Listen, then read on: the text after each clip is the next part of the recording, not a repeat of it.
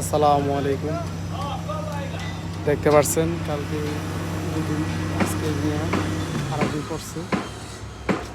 দিনে কাজ শেষ আমাদের মোটামুটি খেলাতে কাজ ধরুন। এখানে মাল রাখা আছে, যে মাল হায়ার এসে আমার প্রজেক্ট বিশাল প্রজেক্ট দেখছেন ভিডিওতে।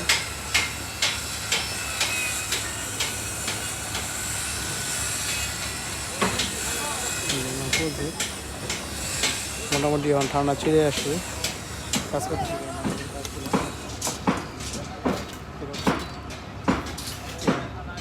ডিম বানছি